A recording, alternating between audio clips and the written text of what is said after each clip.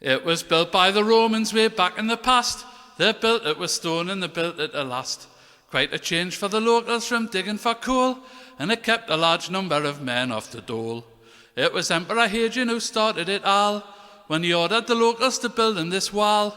Quite what it was for there was nobody sure, and the reasons he gave were a little obscure.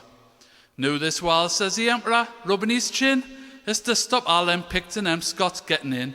I'm used to the Geordies and all their tricks, but I just cannot stomach the Scots and the Picts. So they started the wall on the banks of the Tyne, and they tried very hard for it to keep a straight line. There was thousands of Geordies with shovels and picks, and the rate for the job was 11 and 6. Now the stones for this wall came by Bogie and Barra. They cut them in quarries in Hebburn and Jarra. They floated them over the Tyne on a raft. Them old-fashioned Geordies could certainly graft. So they worked on the baker with never a spell, but they stopped for a pint when they reached the Blue Bell. Then on across valley and meadow and dike, with never a murmur of trouble or strike.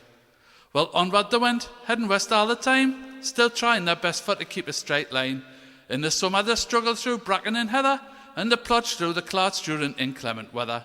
Well, the last stone was laid on the 19th of June, and Hadrian says, lads, I'm over the moon. I want yous to know that I'm proud of yous all, and I thank yous all kindly for building me wall. Well, a grand celebration was held in Carlisle. They had a grand neat and they done it in style.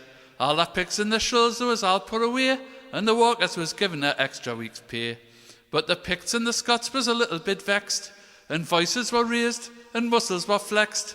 But all of that shooting done no good at all, 'cause it takes more than talking to get past the wall.